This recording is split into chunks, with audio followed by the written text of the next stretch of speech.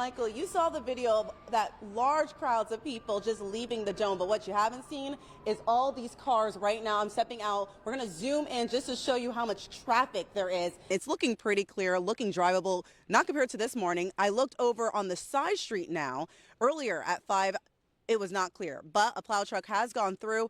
Berkshire Avenue is now pretty clear. Well, Megan, the town barricaded Barlow Street due to all this severe damage that they experienced. Just to show you the aftermath of all this damage, over here on the right side, you can see all these homes damaged, debris everywhere, roofs off of the houses. And then when you look over to your left side, you can still see that there is some damage to these homes, but not as severe to the extent that we saw on the other side. Now, neighbors I spoke to who have lived in Canastota for years say that this is one of the most frightening experiences that they have witnessed. I have been going back and forth from my car to back outside, but I keep on making sure to carry this mask due to this smoky air quality. It will be a busy weekend here in Central New York with many visitors here for graduation, as well as some people coming out to celebrate Mother's Day celebrations. Well, Matt, earlier around 5:30, I was here at the exact same location in Clinton Square, and the roads weren't looking that great. But now let's give you a glimpse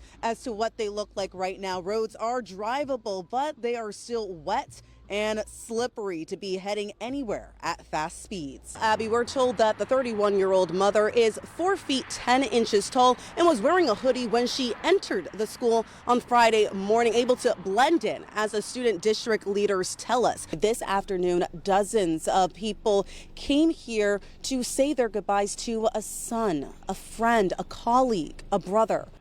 Megan and Matt, we only saw the jury twice today, but it was the second time that made everyone stop, and that is when they sent over that note to the judge saying that a verdict had been reached. Michael, just in the last hour, Manlius police say that 18-year-old Aman Hussain, as well as a 17-year-old and a 16-year-old, are all charged with stealing the swans and killing Faye.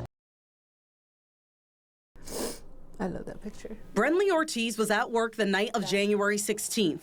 Her mom was making dinner, and the recipe called for milk.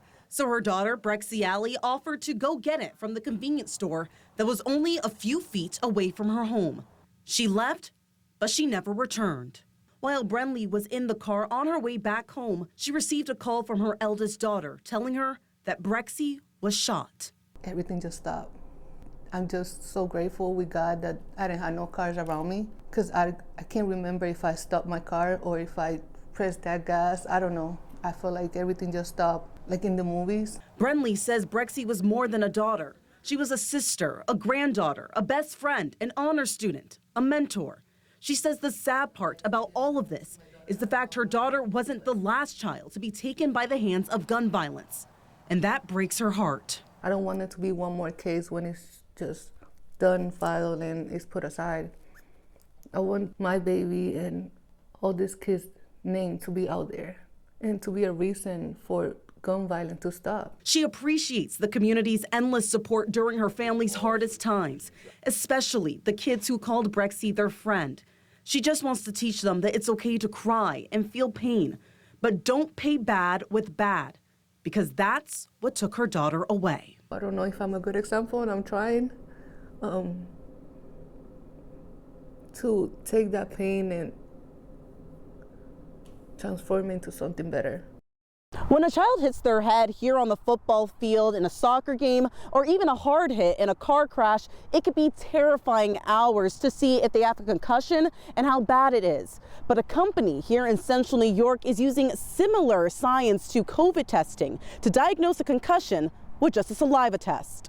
That's part of what our technology is focusing on being able to do. Not just does somebody have a concussion, but what is their pathway to recovery? When are they safe to return to the field or return to work? A 7-year goal nearly to the finish line for Central New York startup Quadrant Biosciences and SUNY Upstate. The same COVID saliva testing technology they used to help during the pandemic will be used in a concussion test rolling out later this year. I'll believe it when I see it, but it feels amazing to be able to offer this product to our community. Scientists have been working on this saliva test since 2015. They were set back in the pandemic, but Perry says research partnerships with local businesses help make this possible. They'll be our first priority when we roll out this test later in 2023. A little bit on one side.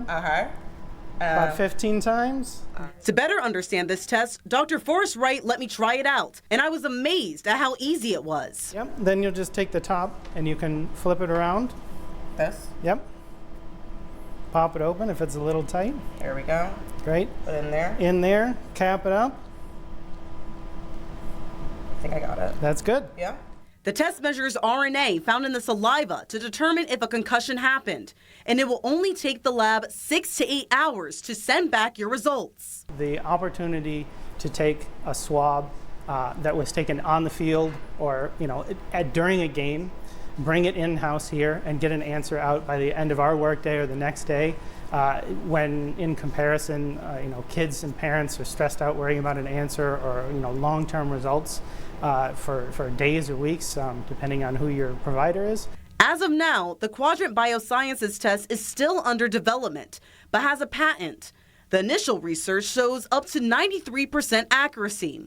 I took this information over to a specialist who frequently diagnoses and treats concussions.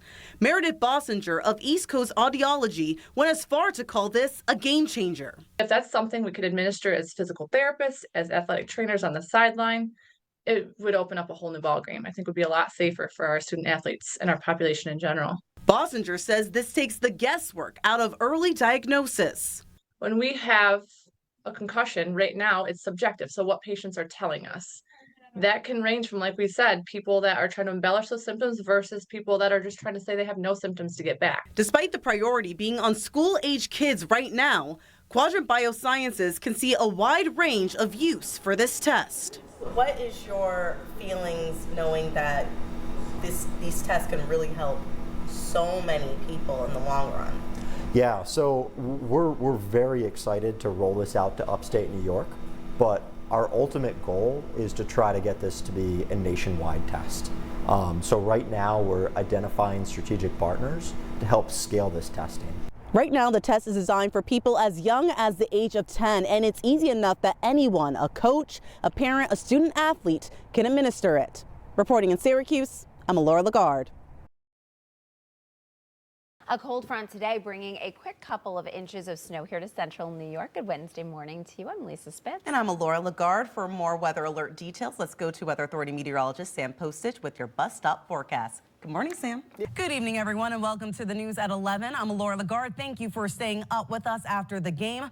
Today, Syracuse football kicked off their season with a win over the Colgate Raiders, and we have team coverage for you tonight. As the air quality levels dipped into hazardous territory today, many health experts are saying wearing a mask is something to seriously consider. Time right now is 6:20. We are outside on the weather deck, and Sam, we were just saying we're a little spoiled right now because it was warm before. And now it's snowing. No.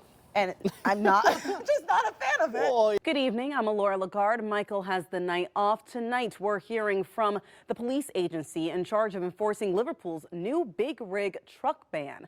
They say it's working. Tonight, we're looking back on Black History Month and taking a look at the hidden gems in our community. Good evening, everyone. I'm Allura Leggard. I'm Michael Benny. This used to be celebrated for 1 week, but since 1976, it's been a month. Josh, when I was driving, I actually needed to wear my sunglasses today. Cheers. Cheers. All right. Like this. Yeah? Uh-huh. Okay. Looking we'll put ours on, right? Looking a little fashionable right now. City of Oswego campus police say they are conducting an investigation after a freshman reported he's experiencing homophobic threats and behavior at the school. When it comes to cancer survival, early detection is key, but that could be almost impossible for women with ovarian cancer. I'll tell you one thing, people are going to make sure that they're keeping warm and okay, and those cool temperatures are not going to stop anyone from getting those candy bars. Send it back over to you. I'm going to calm myself down a little bit. Reporting in Lakeland tonight, I'm Allura Leggard. Queen Bee. Officials are also asking drivers to move over on the roads for these plow drivers so they do have room because they are driving below the speed limits on the highways. Reporting in Oswego, I'm Allura Leggard. I'm going to go back inside now so I can stay warm, Sam. If you weren't able to attend tonight's concert for Jazz in the City, there are plenty of opportunities to listen to some amazing bands and musicians all the way until August 17th. And the rest of those dates and venues for those concerts will be on our website at znycentral.com. Reporting in Syracuse, I'm Allura Leggard. Connor, I'm telling you, these bands are ready to start tailgating. Regarding the K9 Carnival that I mentioned earlier, it starts at 10 and ends at 3. All it costs is $5 to enter, and all you have to do is bring your dog. All that money will then go to support animal rescue groups in Central New York. Reporting in Syracuse, I'm Allura Leggard.